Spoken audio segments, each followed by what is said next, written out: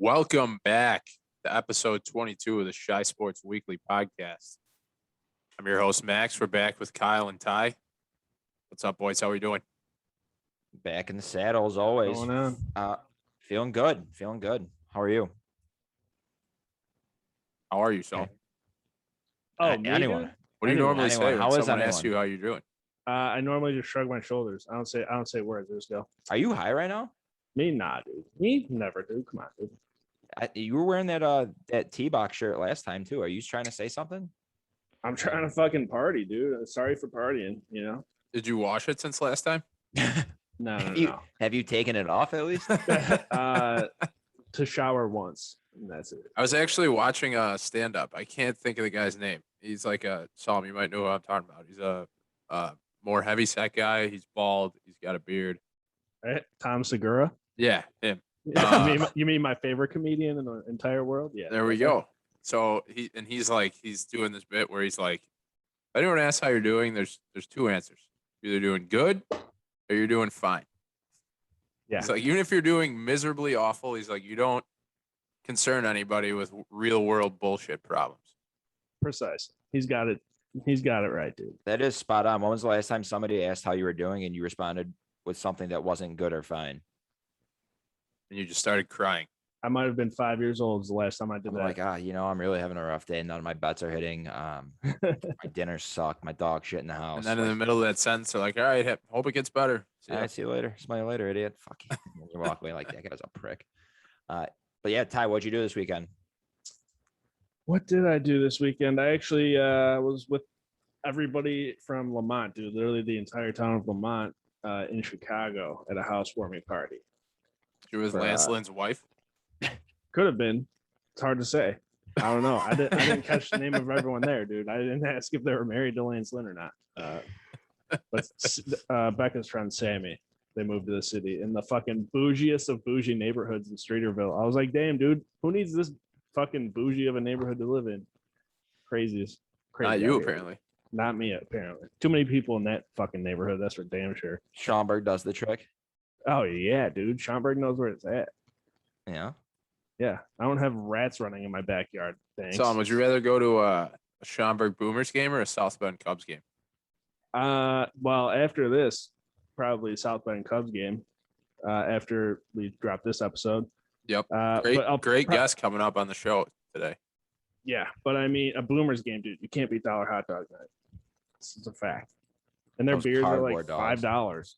I almost forgot about Dollar Dog Night, but we should have asked Max. We had Max tHoma on. He's in the booth for the South Bend Cubs, one of the play-by-play guys. So we should have asked him if there was a deal, like a beer dog deal with the South Bend Cubs. I don't know how we missed on that. I'll tell you what, Sean, I'd rather hang out in.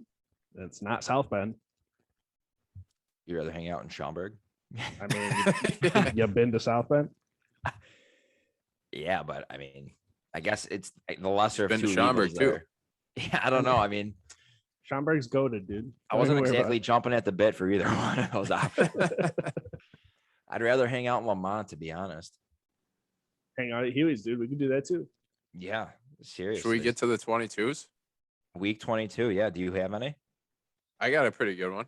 I have a fucked up one. That was I don't know why this was the first one that came to mind. Oh, jeez. No, not like fucked up like that. Okay. How about the Jay Williams week?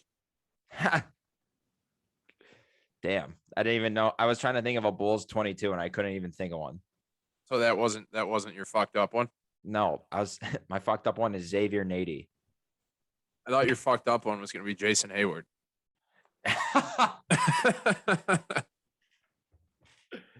I could have said Addison Russell. We got Taj Gibson. That's another Bulls 22. Matt Forte. Nice. I was just trying to think of what number was Thomas Jones. I think you guys missed on him when you did the 20s because wasn't Thomas Jones 20 on the Bears? Yeah, he was. Yeah, you guys couldn't think of a 20 on the Bears, and now I'm just remembering that I wasn't. And now you're having an aneurysm thinking about it. Number 22 on the Blackhawks. The only one I honestly can think of was when Marcus Kruger wore number 22 for a bit when Andrew Ladd came back. Oh, you stole mine. Marcus Kruger? Yeah, I was just gonna say him. He wore that for like 6 games. Go find another one. By the way, when we do these segments, I don't look anything up. Max does research. That's not true.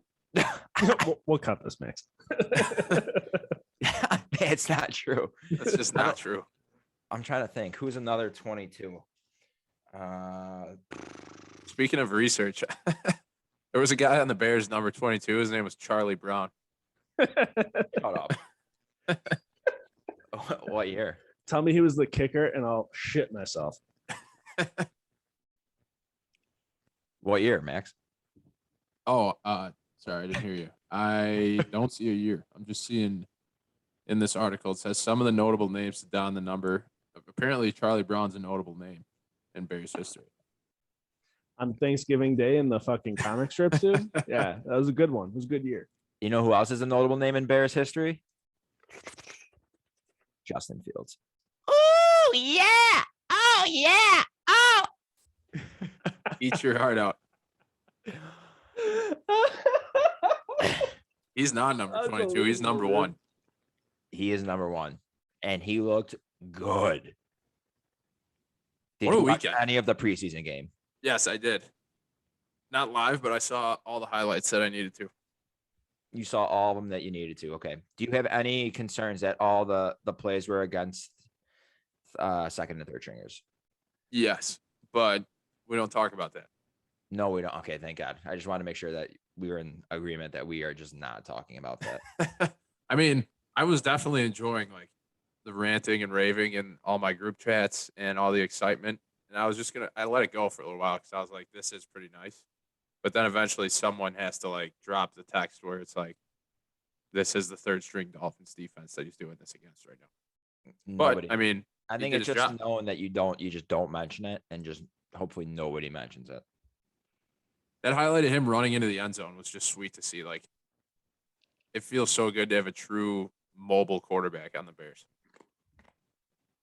And this brings me back to our age-old argument. How the fuck do you start Andy Dalton week 1? I don't know. Mostly out of fear of Justin Fields breaking his clavicle in his first game. Aaron Donald falling on him. That's a good case against it. So How would you feel if Aaron Donald fell on you? I'm also, look at me. I have a panic I would attack. feel dead. I would be dead. Are you kidding me? Yeah, I'd probably just die. I mean, quick, easy way out. All Pro the funny Football would come Focus ranked the Bears pass protection this week 4th amongst all offensive lines in the preseason, which leads me to believe Pro Football Focus is literally just a scam. I mean, they're a bunch of fucking idiots. what? It makes no sense. Right. Because again, I don't know a goddamn thing about offensive line techniques or anything. It's pretty obvious though when your quarterback is under pressure a lot, you don't have a great offensive line. So maybe it's just Justin Fields not getting sacked and just dancing back in the pocket and just Freitz and Kravitz and making everybody miss. He looked good. Like, I don't even know how else to say it, but I'm so like, he's the type of player that you want to watch every time he has the ball. He looked incredible. And probably my favorite quote afterwards was when in a presser, they asked him if it felt fast, right? Like his first NFL game versus college. Did it feel fast? And he said, actually, it felt kind of slow today. Did he actually say that? Yeah. He's like, to be honest, it felt pretty slow. Okay. I love that. Obviously, I love that. Like, like I always say, break out the Jergens. But I'm almost scared that that's going to backfire. Where it's going to be like, oh, they're going to play the quote like, oh, he actually looks slow to me. And it's just him throwing pick after pick after pick. Well, I think that's what you could Freezing potentially Cold get Takes. if you get week 1 in LA against the Rams. What do you think you're going to get with Andy Dalton? Yeah, but I mean, everyone knows that it looks fast for Andy Dalton.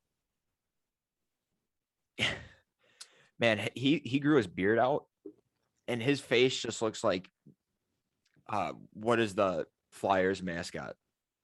Why can't I think of his name? Gritty. I was gonna say Dusty or Grindy.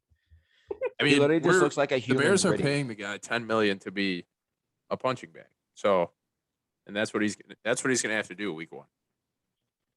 What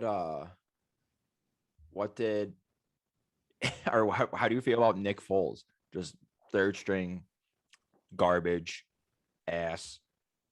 Who's poo. got a Super Bowl? No real opinion on him, honestly. It's a shame that they have to eat his contract. I mean, he's just irrelevant. Honest to God, just they brought him in.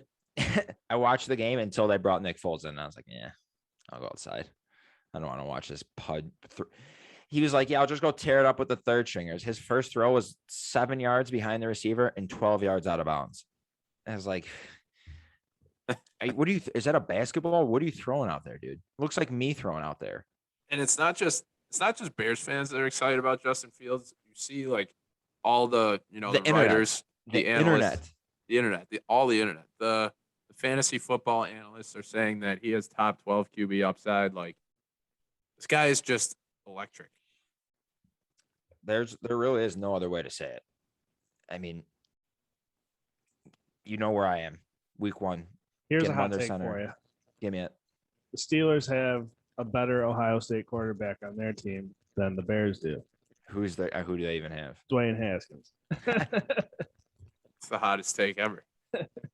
Hey, Who Psalm looked is okay, high. man. I mean, Psalm Psalm, is high. as Yeah, so I mean, now Psalm, I'm big. you're not a Bears fan. You're what, a Colts and Steelers fan for whatever reason. For all intents and purposes, sure, yeah. So when you see, as an outsider, kind of to, the Chicago Bears fandom, what do you think when you see Justin Fields, or what's your opinion on him? I mean, I fucking love the dude. We talked about this. I've talked about this a lot with my other buddies. You need a mobile quarterback in today's NFL. That's a fact. You need it. So Justin Fields, he's your guy. Yeah, not Andy Dalton, and sure as hell not Nick Foles. Andy Dalton's got legs, bro. So Kyle, you're in the broken. camp of sending him out there week 1, huh? If I'm Matt Nagy, yeah. And I've never been wrong about Justin Fields before. Everything I've ever said about him is true and accurate. Except I think one time you said something like, "There's never been a good quarterback that's worn number 1." I believe that was inadmissible and stricken from the record. It was non-factual evidence I used to submit that claim, so it doesn't count. So I mean, yeah. Aside from What else about the Bears? I mean, besides Justin Fields, Alec Ogletree, Jesus Christ, he's flying around out there. I don't even know if he's going to make the team, but he looked good. right? I mean, this is where guys win jobs. So, I mean, he's taking care of business. He did what he had to try and earn that roster spot. Oh man, I honestly am just, especially with the Cubs just stinking on ice. I am just What if they lost 12 in a row? Yeah, I'm just so ready for football. Like, there was last night when it was like 7:00. It was felt like a nice crisp fall evening. I was like, damn, I could just use some like Al Michaels and Chris Collinsworth in my life. Betting it over, try to save my my weekend from just a terrible stretch of gambling. Maybe a Xanax and a Bud Light. I can't wait for football season. The more and more we talk about it. Yeah, I mean, it is. Maybe before we kick it over to Max, our interview with Max tHoma. Why don't we Max tHoma? I apologize. Why don't we talk about some of our favorite things about football season? We'll be here another hour if we want to go that long. I mean, are you kidding me? Everything, literally everything. There's nothing I don't like about football. You know what my favorite part is? I have it nailed down to a science. It's what are you talking? Are you talking college or NFL? Because I feel like those are two. Did you just say stuffing? games. We're not. Yeah, this you isn't did. a Thanksgiving podcast. You didn't let me finish, dude. Stuffing. It was about to get sexual, is all you need to know. You didn't let me finish. Stuffing his fist in his ass. Just stuffing your face with all of the snack foods throughout the day while watching football on Sunday and not feeling too guilty about it. And then drinking 12 Bud Lights on top of it. That, to me, is football season. And but I almost feel case. that football Saturdays and football Sundays, they're two phenomenal feelings, but they're two very different days. Different vibes. Yeah. Like I'll say Saturday. I'm watching, I guess probably the 11 a.m. games a little bit while I'm just kind of putzing around the house. Maybe go for a quick walk at halftime. But then I go to a bar for like the rest of the day and I'm just watching games and throwing money everywhere. And then Sunday it's like you get the jewel wings and you lay on the couch with the red zone like a giant Powerade. and a giant Xanax and just lay there crippled, trying not to get in the car. No, it's like trying not to fall asleep. Like you're just laying there and like your eyes keep like fluttering. And it's probably the hardest thing I do all week, to be honest, is watching 7 straight hours of football and then watching 3 more straight hours of football. But yeah, one of my favorite things is just like, I don't know, there's like a wave of calmness that just eases your hangover on a Sunday while NFL Red Zone is on. The best 7 minutes is probably from like 11:53 to noon, where I'm just hammering all my bets, and it's a sense of hope where I'm like, you know what, I'm gonna have a great day. And then noon hits. But then in that same token, your Sunday scaries can get infinitely worse after that. Oh, that's where the Xanax comes in. Yeah, it is few and far between where I have a great gambling Sunday. Hey, those casinos aren't that big for nothing. I just wish winter didn't come after fall. Yeah, that really is the only shitty thing. Like if we could switch fall and spring, I'd be pretty happy. If you could switch fall and spring. Yep. In what sense? Like it goes. Like you could have football in the spring, or like the days were longer. No, I mean after fall is summer. Like those are the 2 best seasons in my opinion, fall and summer. Interesting takes. That's a hot take. Yeah, what? That was so hot it went right over my head. I was just watching you try to think about it, and it was pretty funny. I literally started singing winter, spring, summer, and fall. I was like, what? Wait, he wants to switch which 2 seasons? I do hate though when it's like there's no football Sunday. I don't watch like every game. It's the worst. Like Ann wants to go fucking apple picking or whatever she wants to do. I don't know. I don't listen because it's football. Like I'm not moving. Like not even I just don't move. But it sucks when it's really sunny out and really nice out, like those first couple weeks of the season. And it's like, I'm such a bitch just laying inside. Those are the best. Watching football. Problem is when I go like apple picking or do whatever, like fall stuff with my girlfriend, then I'm just staring at my phone the whole time. Yeah, and I'm not a treat to anyone. It's like, listen, we're 2 separate people. You do what you want to do. I'll do what I want to do. Just bring me home some pumpkin beer and an apple cider donut. And jewel wings and maybe some B-dubs for late night for the Sunday night game. for Sunday night second half. It's so close. God, I can't see. You're just smiling. I can't stop smiling. He's got a boner, dude. No one can see my hands right now. What do you think's the best time zone to watch sports in? I would say the West Coast. Ooh, I disagree. I think that's the worst. Oh, I don't know. Dude, I like imagine it. watching football at 9 in the fucking morning. No, it's not 9. It'd be like 10. 10, whatever. Same You thing. wake up. Saturdays, it's 9. You wake up and crack, I don't know, a beer or a mimosa, whatever you want to do, and Your eyes open. literally your eyes open and football is on. Yeah, And it's go time. It's like when we get the London games here. It's like a 9 a.m. kickoff or whatever. And the nice thing about it is you really don't have to stay up too late for like the Sunday night game. Mm-hmm. I will actually say maybe now that we're getting older, I tend to have a harder time staying up drinking later. It's like if it gets to like 10:30, 11, I'm like, oof. Especially on a Sunday. Bed sounds great. Yeah. Are you team West Coast now? No, not yet. Because I haven't experienced it at my current age. Well, you have to think about it this way too. Well, I experienced it last December. I haven't experienced it at this stage. So you think about it this way. I will say it is kind of nice, like waking up and going to like Boondocks and it's like 10 o'clock.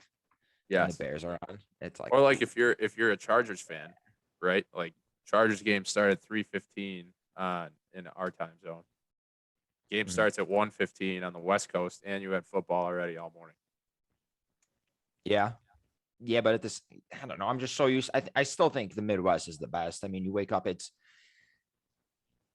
I feel like I'm always hungover from the night before, so I could just sleep in. Noon's just a little too late Ty, for me. Ty, let me finish this. Hold on. You sleep in. You kind of get the Sunday scaries like adjusted. You adjust to the Sunday scare. No, your body adjusts to what's about to happen to you. You start recognizing what's going on. Yeah, and then you have so much more time for hope, because hope is everything. You hope.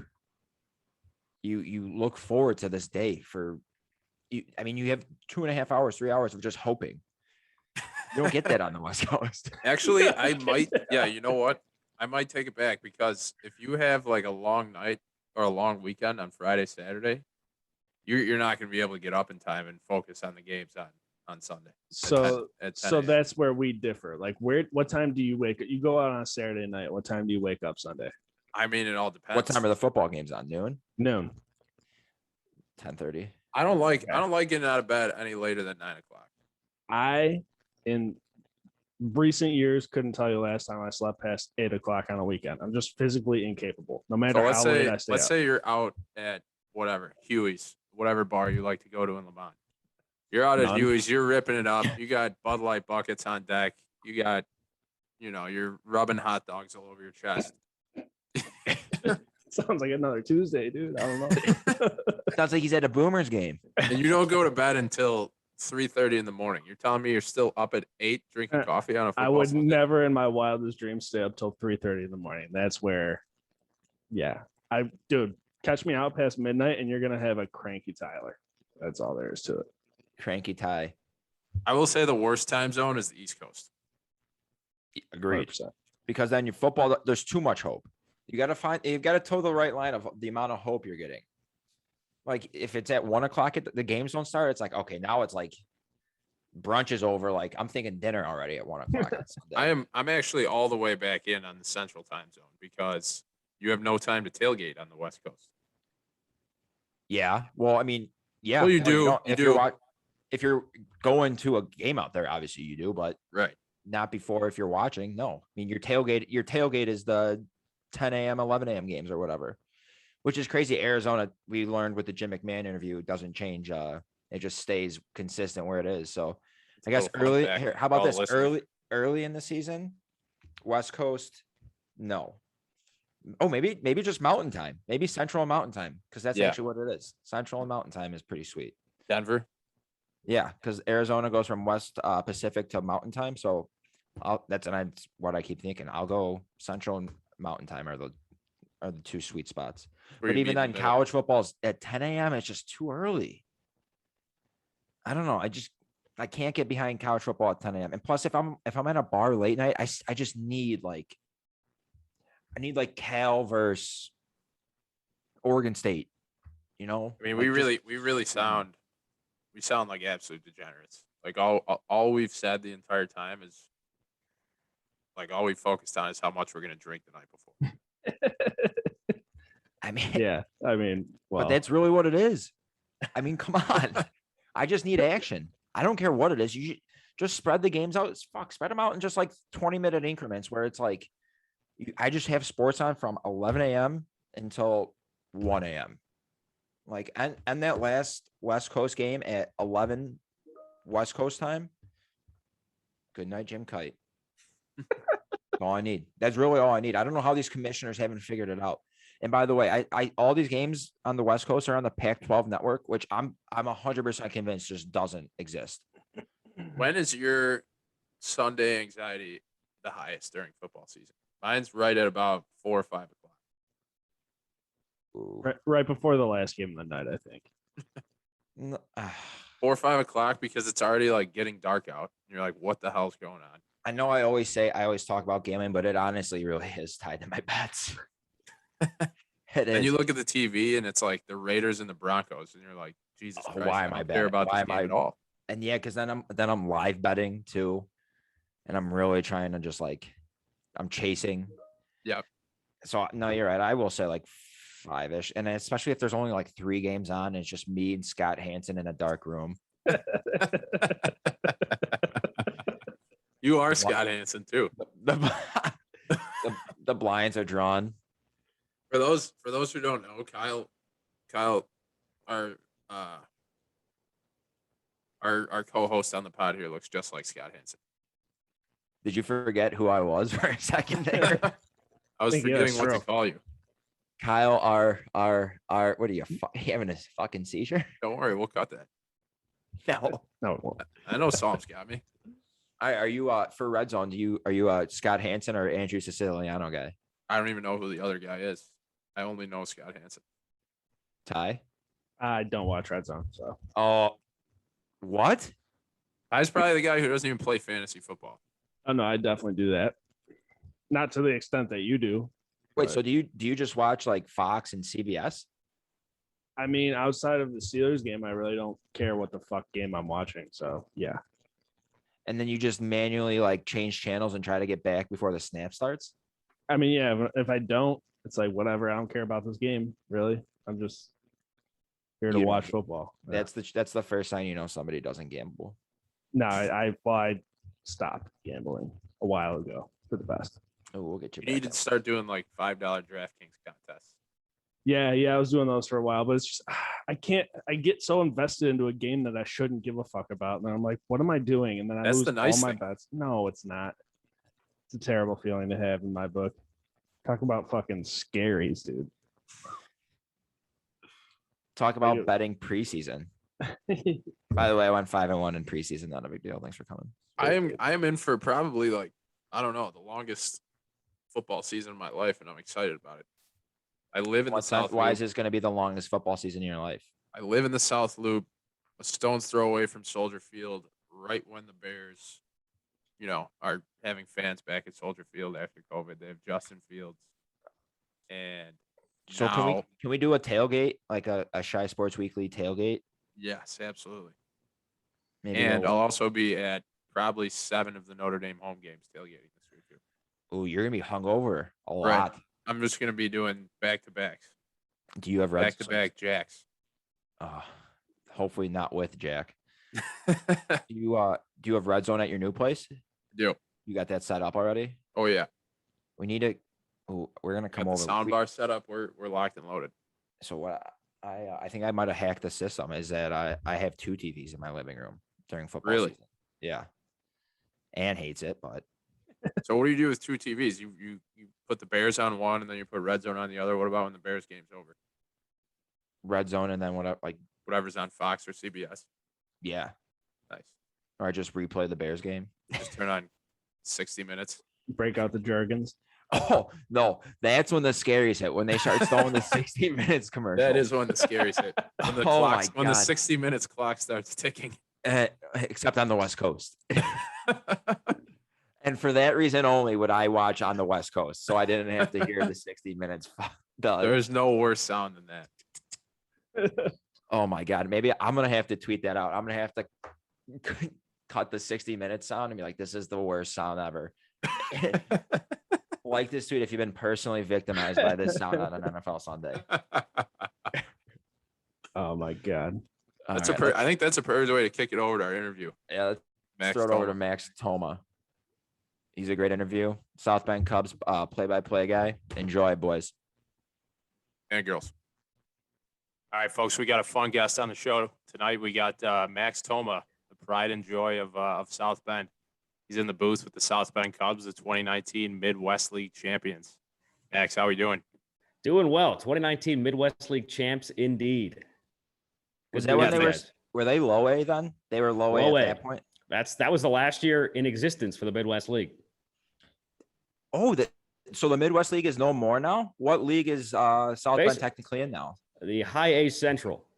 With all the rebranding, pretty much all the leagues sound similar to that. So yeah, I saw they're in the High A Central West division or something like that. It's a mouthful. Anytime you go through the standings, you kind of got to just take a second or two to gather yourself. Yes, we are in 5th place in the High A Central West. Jesus Christ.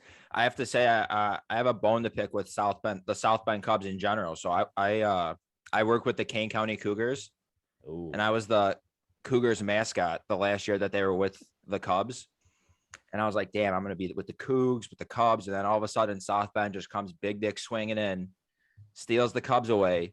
The Cougs were with the Diamondbacks, and now they're they're indie ball now.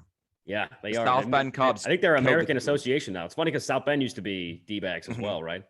Kind of going Yeah. different paths there. But mascot duty, I've pulled mascot duty many a time in my career. Have you It's, been a mascot? I don't even, what's the South Bend Cubs mascot's name? Well, we got the Studebaker plant nearby, so the mascot is Stu D. Yeah. Baker. So Nice. they just call him Stu, but very Have you clever. been Stu? Okay, can I say this on here? I don't know. I've been Stu 3 times. Hell yeah. The secret's out. I've never been Stu at a game, but That'd be tough to announce a game while you're Stu. So is there a roll- suit or what? Or what do you have to do? Oh yeah, full regalia, full bear suit. I think he's like technically supposed to be, like the cousin or younger brother of Clark the Cub, or they always come up with some relationship between Does he, mascots. Does Stu wear pants? Stu does wear baseball pants, yeah. He does? Classic white pants, blue pinstripes, blue pinstripes? socks. He 'Cause wears Clark- his pants. He wears his pants up, and then he's got the blue socks. He's He a does, so- classy bear. Clark Oh, yeah. does not wear pants. No, Clark, have you seen that video where Clark just has his dick and balls out? They used it on I swear to God, this isn't even, I mean, yeah, maybe not the greatest start, but when they I'm all for introduced, when Clark got like he was announced that he was the Cubs mascot, I think it was a Boston TV station, like Comcast Sportsnet Boston. They used a photo that they found, and somebody doctored it where Clark is like leaning on a bat, and they just drew like a dick and balls on him. It's pretty funny. I figured it was gonna be a tail situation, but bat. Yeah, but is- so now it's funny every time, anytime like on air, somebody mentions Clark, they're like, "Put some pants on, Clark." The internet is just mean. Why'd someone have to go do that? Why not? It's funny.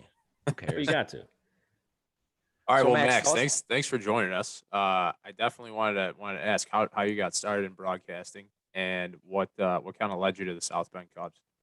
Well, how I got started in broadcasting, I feel like isn't really a great story. I feel like a lot of people were like coming out of the gates, like into their freshman year in high school, like trying to, hey, I want to go broadcast our, volleyball team. I want to go broadcast our football team.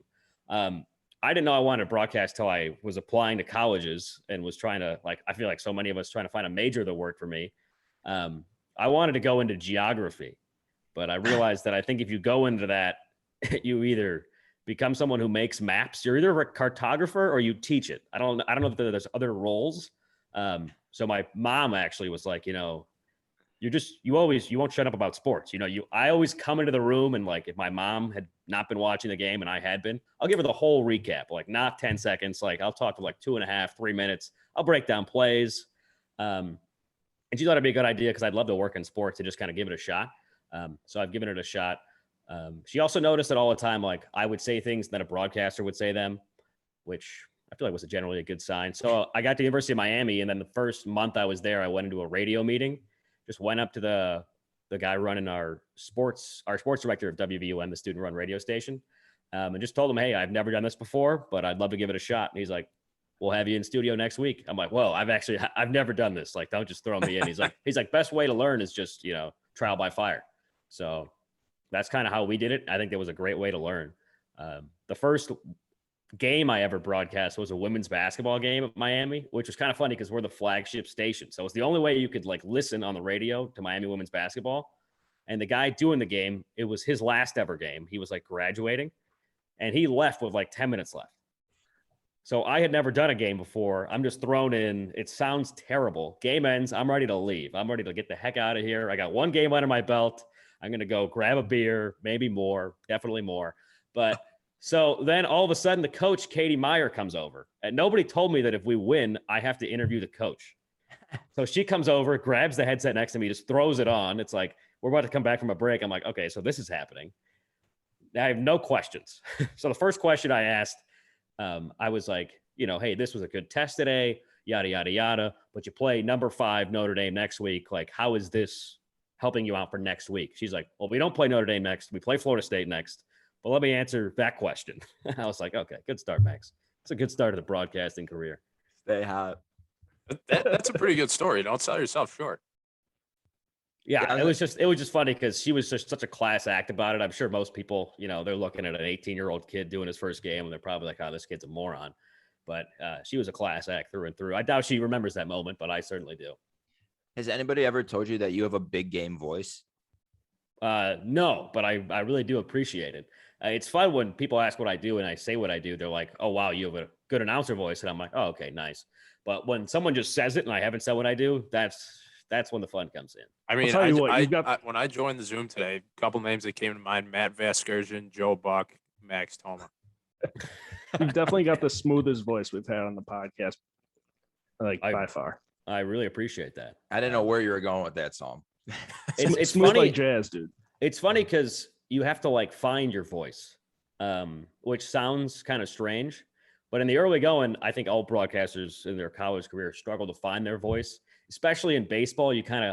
Every baseball voice that anybody's ever heard on the radio is generally kind of an old dude, right? And you try to go with that raspy, you picture like the Bob Ukers or like the Harry Careys or the Vin Scullys. And you kind of try to sound older and wiser and more raspy. I tried to do that and it sounded terrible.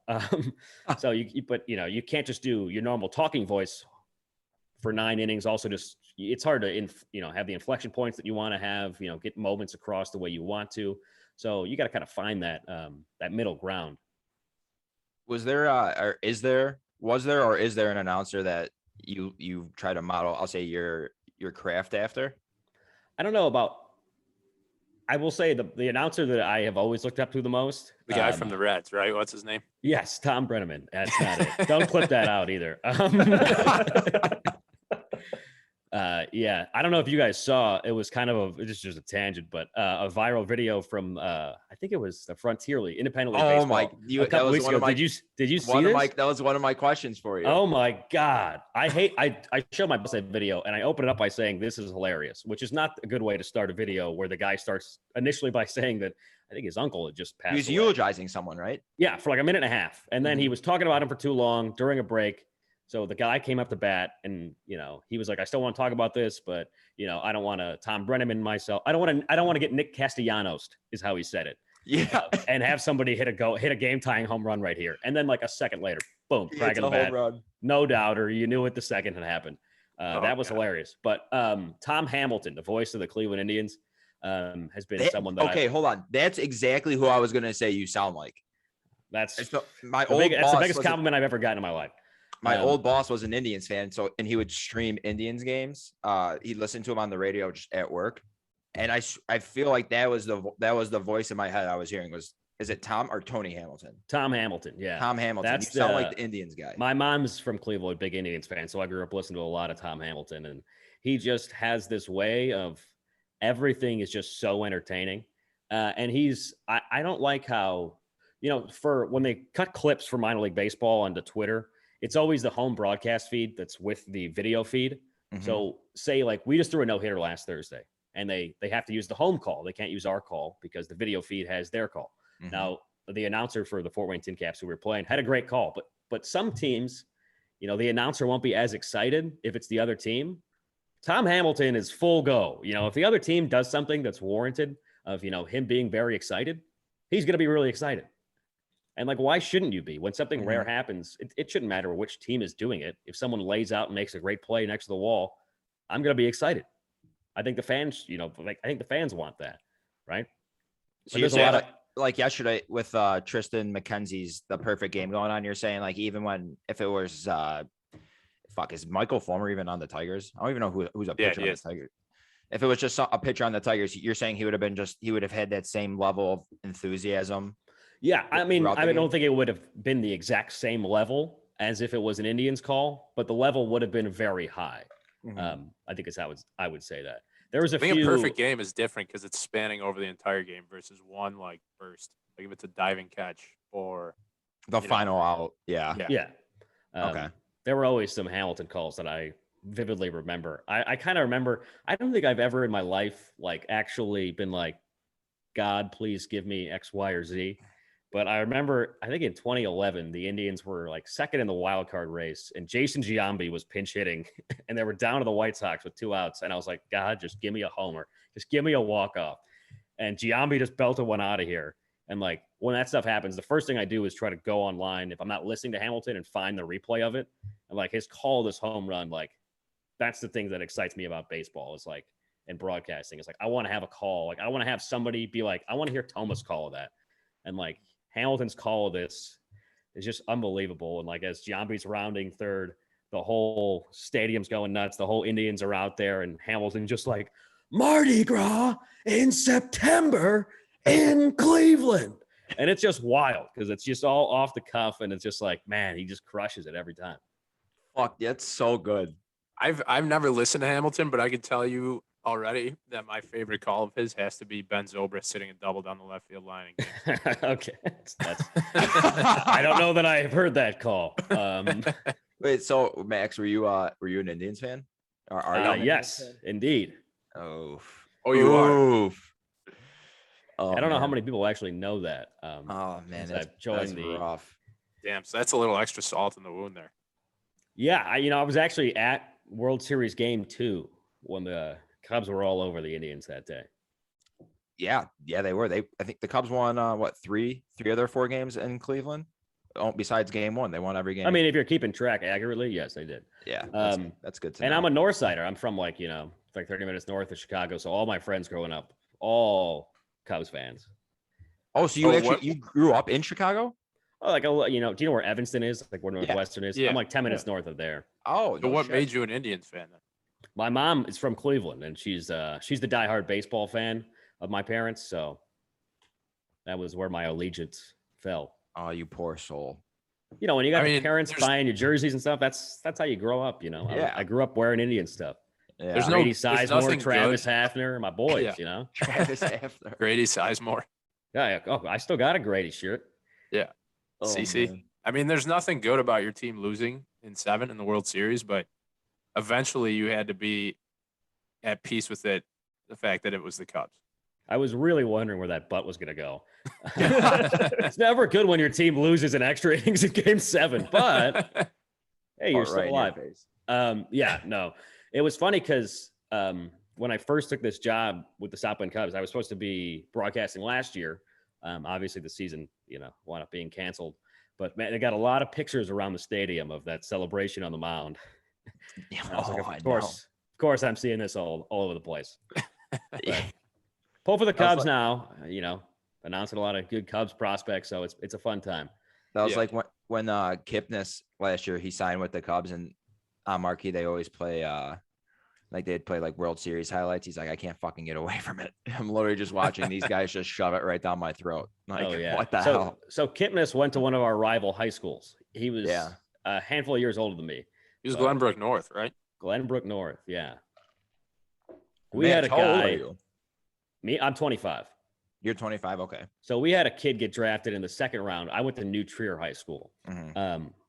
a handful of years ago, and he made it to the big leagues. And he hit his first home run with the White Sox. It was a grand slam at the Houston Astros.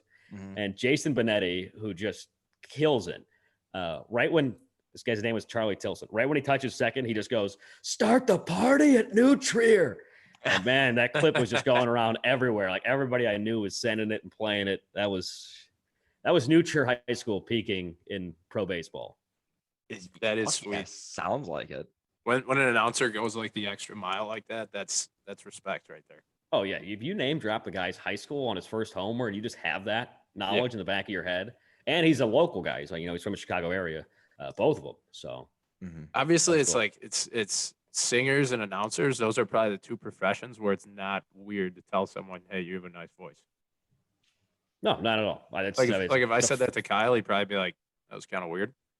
I mean, yeah, if you say it to a guy in the street or, you're ordering your coffee at Starbucks and the person's like, "Would you like milk in that?" And you're like, "You have a lovely voice." They'd be like, "Get out of here." Has anybody told you that? Leave my store. Has anybody told you that not knowing that or what you do for a living? Yeah. I've had people tell me that I have a nice announcer voice before. Those are the fun ones, I'm telling you. When they don't know what Really? you do and they say that. Yeah. Damn. I probably have the complete opposite of that. Whatever's a good announcer voice, I have a terrible podcasting voice. That's what I'm saying. When I joined the Zoom, I was like, "This is a pleasant surprise. This is something new." They tell Kyle to shut his mouth and put a bag over his head. I got a voice for newspaper. And a face for I was- radio. So Face Max, my mother I guess come what's been your coolest experience as an announcer? Just Miami, South Bend, wherever. So I would say the coolest moment I ever had was I got to probably 2 in college. In 2016, after I finished up my sophomore year, Miami made it to the College World Series. And I don't know how our sports director of the radio station schemed this, but we got to send 2 announcers there. So we sent a guy to do color and a guy to do play-by-play. So I did play-by-play for our time in the College World Series. And we were the only student radio station there. So 8 teams, all with their actual people who are, getting paid and doing this for a living, and then us. So they have the ESPN booth, and then they have 4 radio booths, 2 occupied, obviously, per game. But when we're there was 3. But so announcing a TD Ameritrade with 30,000+ fans there was epic. And I think one of the funnier stories that I'll always have is that we had a rain delay in one of the games. So the next game after us, their broadcast crew was already there. So the Oklahoma State broadcasters were like, hey, we get paid for this shoe. So we got out of the booth and they were like, don't worry, we'll find you a spot for when we come back. So they found us a spot. We were on the roof, equal with the left field foul pole. So we're probably 400 feet away from home plate on a fold up, beer pong kind of table set up there next to 3 guys in, full fatigues. One has a sniper rifle, and that's where we're calling the rest of the game from. Jesus. I love that. What was the strike zone like? I don't know. I have no idea. I'm calling the game from the bleachers at Wrigley, but was there a video board there? Yeah. Because at that point you're waiting to see it on the video board before you say anything. Oh yeah. I mean, outside, inside, not a clue. I could see some nice break on curveballs though. That's about it.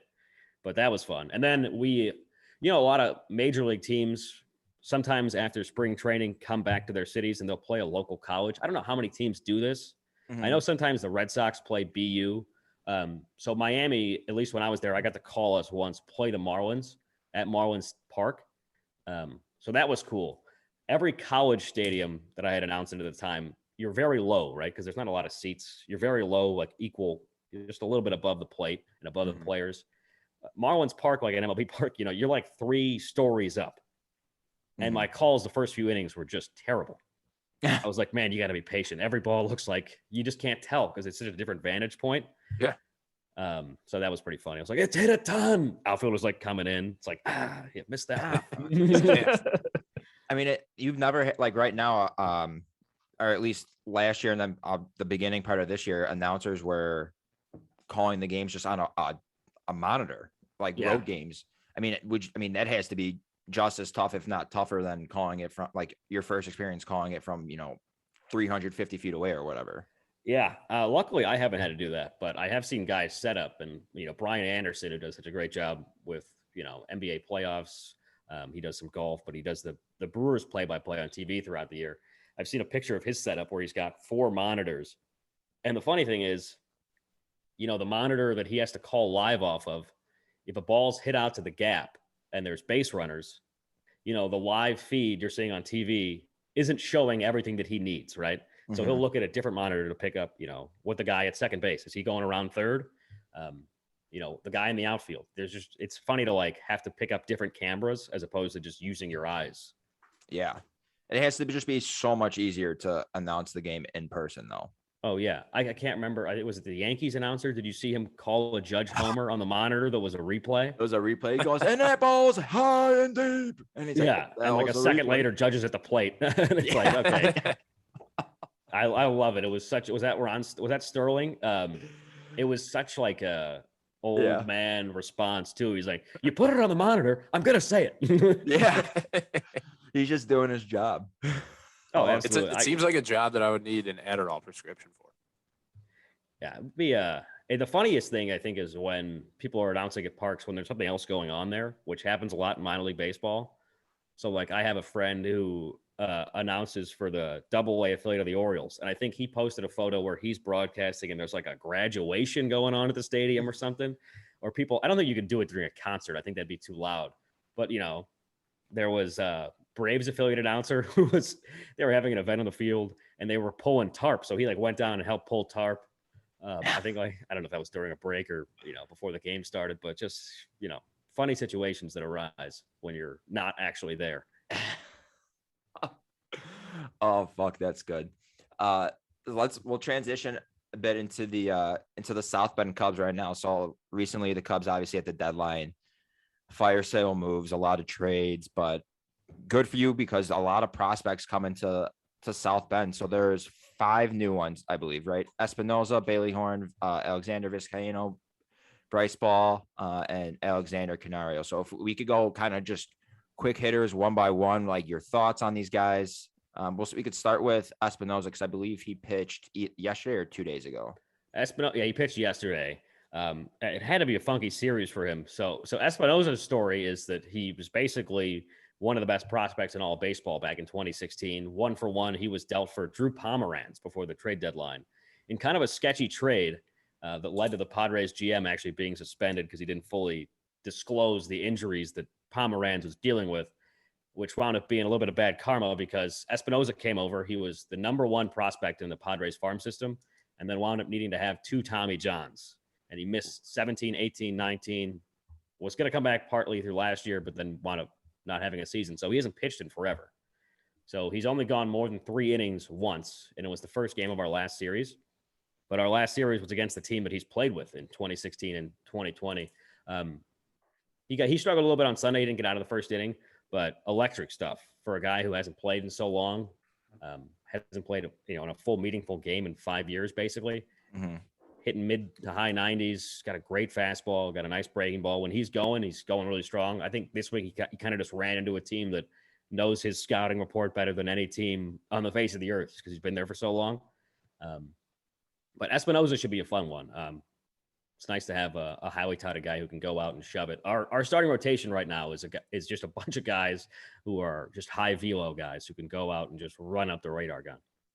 So we've actually had this conversation before a couple of months ago with the Cubs in their, this is more maybe just a high thought, but how the Cubs and their strategy, yeah, very much speculation. But like with you saw with Glass, it was right around when Glasnow tore his UCL. If the Cubs strategy was to go for more of a, let's say, soft tossing, high 80s, low 90s, Hendricks, Davies type guys, Locating guys. yeah, for less stress on the arm. But you're saying the rotation in South Bend is just guys who just throw gas. Yeah. I mean, mainly we got Ryan Jensen, former first round pick from 2019, has just been absolutely killing it since the beginning of July. He went out a few weeks ago, hit 99 in the first, and then his last pitch of the game, he struck out a batter to end the inning with the bases loaded in the 5th. That pitch hit 97. So he can sit up there pretty much the whole time he's out there, which is incredibly impressive. And he's only 6 feet. So, that guy's got a lot of lower body going into all of his pitches, generating a lot of force. Yeah. That is wild. He's not much tall. He's not a whole lot taller than me. I shouldn't have said that. I'm pretty short. But, Gives you hope. Yeah. Yeah. I got to get to a velo training program. How about, was it Vizcaino? Is Vizcaino? Now he was the one for Rizzo, correct? Alexander Vizcaino. Yeah, there were 2 guys coming over for Rizzo. It was Kevin Alcantara, and who's been just killing it in Arizona. He's got an OPS over 1,000 right now. Mm-hmm. I don't know, he hasn't been there obviously all that long since the trade deadline, but Vizcaino's been great. He's kind of another interesting story because usually international free agent signings, they're really young, they're like 16 or 17. He signed at 19. And I think I can't remember the exact number. It was for like $15,000 or like $10,000. Spent the first few years, he only pitched like 1 or 2 times outside of rookie ball, but then all of a sudden his fastball just had a lot more life to it. His changeup increased, was a lot better, I should say. It didn't increase, I guess, movement, it dropped. But last year he was at the alt site with the Yankees, then on the 40-man by November. So we haven't seen a whole ton of him because he was coming off an injury and missed most of the year. So his first couple outings, he only pitched 1 inning. He went 2 innings this week, lights out, 2 hitless innings. He actually started our no-hitter on Thursday. I think he faced 6 and struck out 3. Really? Just another guy who, you're peeping at the radar gun just to see. What teeth row? He's mid to high 90s too. He's probably just a little hair higher than Espinoza, probably more towards what Jensen does. He just can't throw it. he can't go out there and give you the same kind of volume at the moment. Mm-hmm. Is he? For the most part, that's got to play at that level too, right? Oh yeah, for him, I mean, as so many hard throwing young guys are, his first outing was just a little rough because he was struggling with the strike zone. And a lot of these guys, you know, he got hit a little bit that day, but he got hit a bit because he was erratic and because he was falling behind in counts. And then all of a sudden, you know, 3-0 fastball, guy's swinging, he's sitting dead red, he gets dead right over the heart of the plate. Mm-hmm. You know, that's when you're getting hit. Right. Is he a skinnier, lengthier guy too, like Yeah. Alcantara is? Yeah, he's Vizcaino's real skinny. Okay. Yeah. Damn, I don't know, man. I just love the guys that just throw so hard. Oh yeah. Well, you were just talking about Tristan McKenzie earlier when we were talking about, I think, Hamilton. McKenzie is like a crazy, skinny, lanky. He's a right-hand string guy. bean. He turns sideways, you lose him. Seriously, yeah, exactly. it's crazy. So it's funny. Yeah. No, go ahead, Max. I was going to say, I Max. actually looked it up because he was throwing a perfect game while we were in Fort Wayne. I think Tristan McKenzie pitched one time ever against the Tin Caps, like at Parkview Field where we just were, and he was facing off Anderson Espinoza, who was our pitcher going on Sunday. So that was just really crazy. Yeah, because I mean, you know, McKenzie's made it up. Espinoza just missed all this time. Yeah, I mean, Espinoza's been the highest he's been is high A, correct? Yeah. Damn, that's crazy. A lot of upside there, though. How about somebody who's not skinny and not small? Let's go Bryce Ball. This dude looks like an absolute unit. Yeah, they call him Ball Bunyan. I think he's got a few other nicknames that kind of float around there. He's 6'6", 240. So when I introduced myself to him, I was just trying to get his walk-up song to see what he wanted us to play when he was, because I think his first game was on a Sunday. Mm-hmm. So it was the end of the week. We were trying to get a song played so that we'd have the right one for when he came up in the first inning. I was just looking straight up at that guy. Should not have shook his hand. I got too close. I was looking straight up. He's like almost a foot taller than me. He's huge though. So that he was exciting because when we first got him, it was like, is he taking BP yet? He's taking BP? But put down what you're working on. Yeah. So like the second pitch I saw him swing at, he hit off our video board in right field. But the cool thing about it, he's really like a modern player in the sense of like, it's really the three true outcomes at the moment that you get with him. He strikes out a decent amount. He's got a killer eye at the plate though. Led the high A East when he got traded to the Cubs in walks. He's been walking a ton here. Guy who's generally going to slug real well, hit a lot of home runs. Had a nice home run a few days ago on Saturday. Guy with just a ton of power. Mm-hmm. I mean, that sounds like all you can ask for in a trade for Peterson. Yeah, I mean, a guy who, you know, certainly has the potential to go up and be a first baseman who can give you 20-plus home runs. Right. I personally, it seems like to me that Canario was one of the more, maybe the most exciting pickup as far as like guys that have come through South Bend. Yeah, I agree at this point. And the funny thing is, I think he's the only one that we got that hadn't played high A baseball. He spent the whole year in San Jose in low A. And then he comes here, first 9 games, 9-game hitting streak, and 4-game homer streak, and game 6, 7, 8, 9 of that streak. He was just, I mean, the first homer he hit was 450. I was going to say they weren't cheapies. They were not cheapies either. And he's got a real easy swing. Yeah, he does. And he's we've listed seen, as like 6'1", 160 or something. So that's right? the funny thing is with these weights, I realized this year, and I think because the pandemic season last season, and then this year kind of, you know, being in the same kind of situation towards the, you know, spring training parts of the season in minor league baseball, I feel like a lot of these guys just haven't been properly weighed, honestly, in a while. We had Yuri Ramos earlier in the year. I think he was listed at $158 or something, which is smaller than me. And this man's got to be 235. So like there's a few guys where they get up there and you're like, I don't want to, I'll tell the road announcer, I'm like, hey, if Yuri Ramos comes to the pitch, don't read his weight. Because you just sound stupid. Like Canario is definitely, I don't know how much he weighs, but I would speculate it was much closer to 200 than what he's listed at.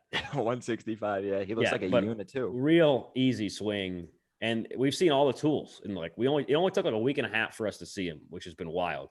He made a nice catch in center field, leaping at the wall. A couple of days ago, he threw a guy out trying to go first to third on a one-hop single to center. Dude was just toast. It was one of the best throws I've seen in minor league baseball this year. He threw a guy out at the plate 2 days before that. So we've seen the defense in terms of just the range, the arm strength. We've obviously seen the power. And yesterday we actually saw him have his first extra base hit to the opposite field, which is nice because I think least when I've been reading about him, it's been the strikeouts are a little bit too high. And does he have that output power? He took one to the track and like right center field yesterday. So that was cool to see. Yeah. I think I saw he's got 17 steals too, so he can run a little. Yeah. He's quick. He's got 2 and, not much time here with us. So Canario, a big time player. Who would you say his MLB, if you had his MLB comp, who would you say that is? Oh man, I hate comps because I'm just never good at thinking about these. Jorge Soler. So it's funny because like I just saw that recently. Somebody said that on Twitter.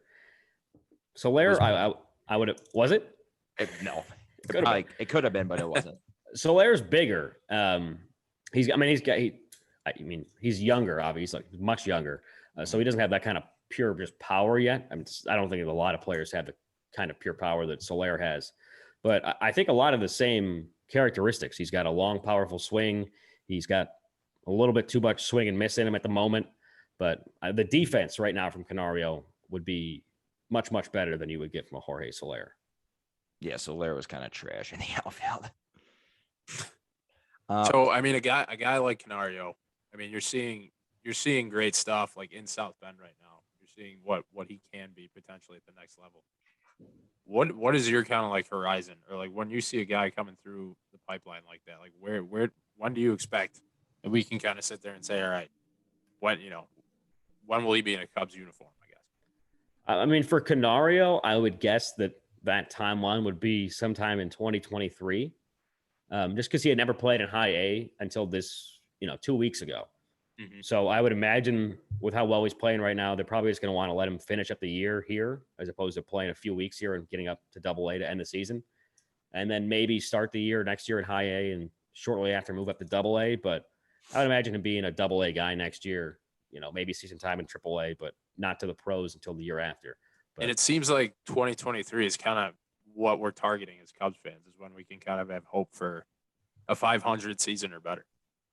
Well, yeah, I mean, there's a lot coming. There's a lot on the shoulders of Brennan Davis right now in terms of coming down the pipeline in the next year or two in that outfield. So we were fortunate. My first ever home run call in minor league affiliated baseball was a Brennan Davis home run. So that was another very exciting moment for me. Was he with high A at all this year?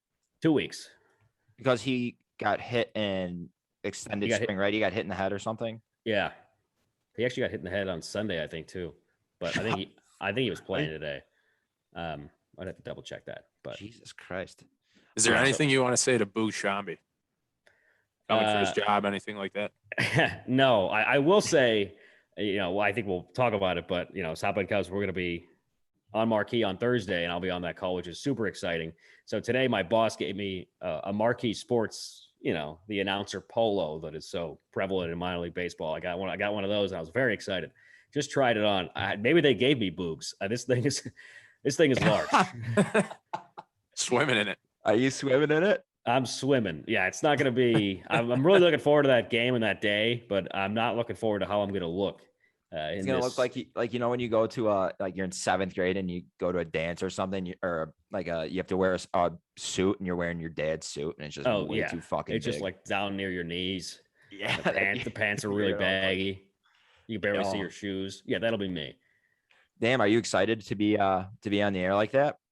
Oh, really excited. I mean, I'm not only excited for, myself, but for all these players to be nationally televised. It's going to be awesome just because there's so much young talent. We were just running through the prospects.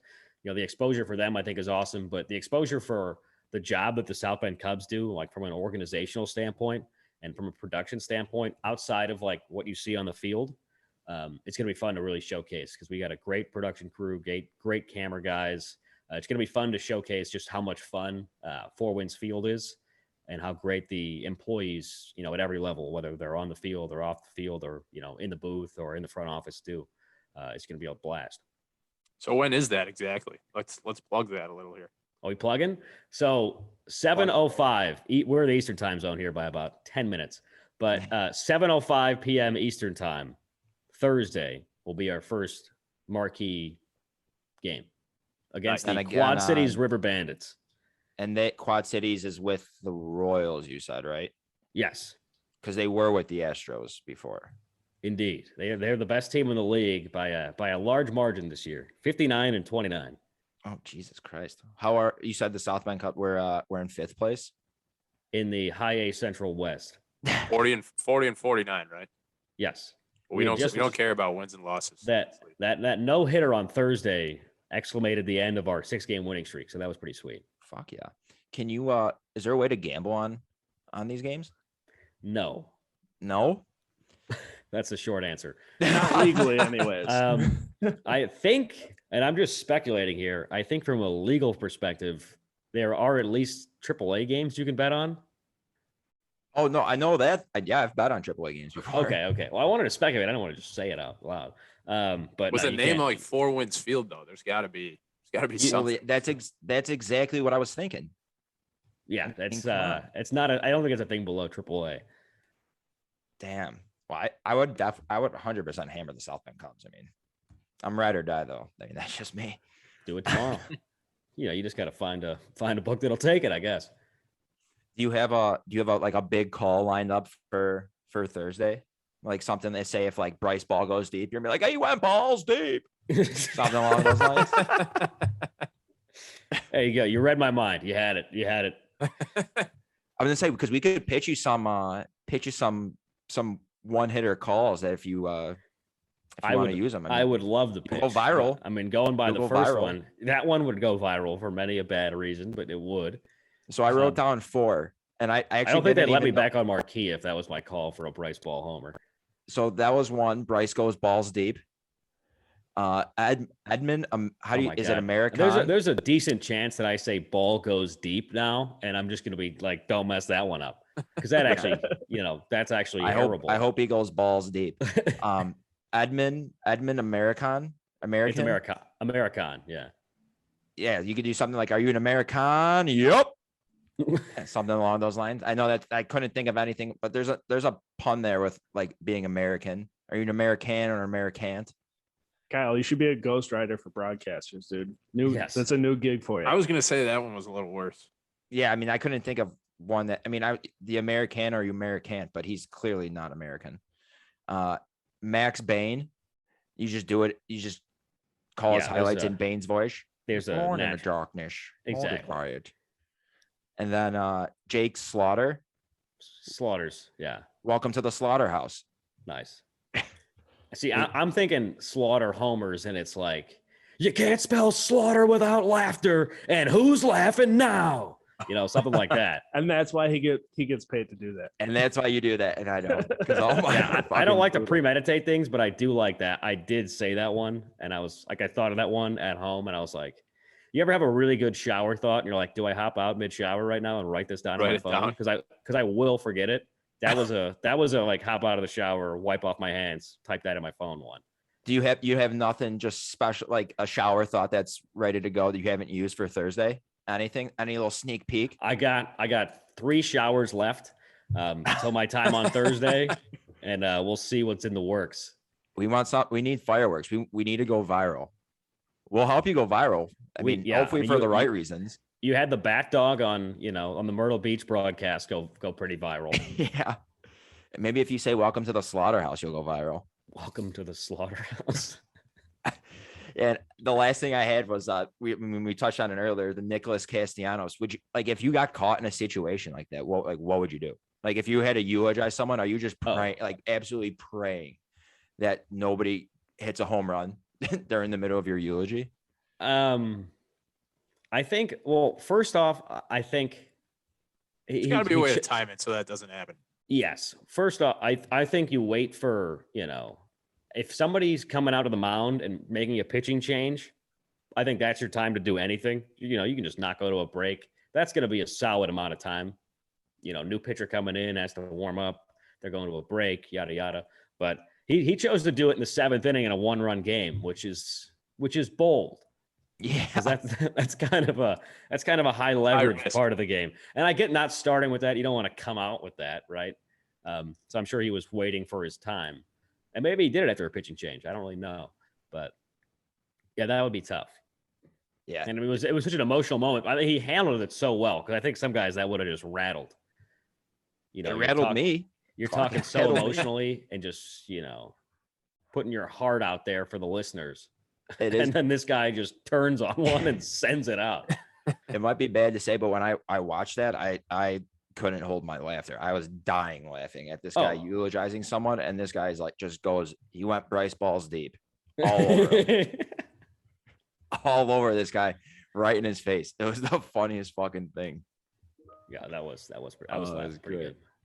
good. Max B, you got anything else? No, I was gonna say I was gonna wrap it up. I was gonna say, Max, thanks for joining us. You're officially a recurring guest on the Shy Sports Weekly Pod. How does it feel? One, super appreciate it. Thank you so much for having me on. What can I say? One last thing though, just because that Castellanos thing got me thinking, and I want you guys to look this up. If it's a clip, this is like I think a less viral version. It might be like a high school game, but it's some basketball game in a small gym where one of the announcers, there's two, is talking about. I think his dog had just been run over by a car. Oh no! And he says. And then my poor Trixie or whatever the name was got run over. And this is like right as a steal happens, the ball's going the other way in transition. Guy throws it down and like right, I think over somebody. And the other announcer just goes, "Did you get run over like that?" And it is unbelievable. Please look this up when we get off this air because it is just amazing to listen. That's one to. that's like this is sensitive for sensitive content or whatever you need. Oh yeah, not safe for work. He just went right over the other poor guy. Poor I was going to say, did you get run over like that? I was going to say before we let you go, we might need you to do like a bit or just kind of like take us off with maybe describing like opening day at Wrigley Field or something like that. Just pretend like you're on there, like it's a beautiful day here at Wrigley Field. Yeah, except good, like you would. Yeah. Here, we'll give you a scenario. You got him doing his job for no money. And yeah. So the situation, it's April 2nd, Cubs Reds at Wrigley Field. It's 1:00 here on the air. It's 47 degrees, sunny. Kyle Hendricks versus. It's 47 and sunny. Welcome to opening day at Wrigley. Yeah, I think that's what it was colder than that this year. That would be balmy. The Cubs just got their rings. And Nicholas Castellanos is on the team. And you're absolutely. I don't know that I'd include Castellanos in my initial call in. It'd be like, and you're terrified. Just do whatever feels right. Okay. Let's find it here. And welcome into Chicago Cubs baseball on Marquee Sports. Another beautiful sunny day at Wrigley Field. And we are just about ready to kick off the 2021 season here at the friendly confines. 47 degrees, Kyle Hendricks on the bump, and we are ready for a brand new season of Cubs baseball. Holy fuck.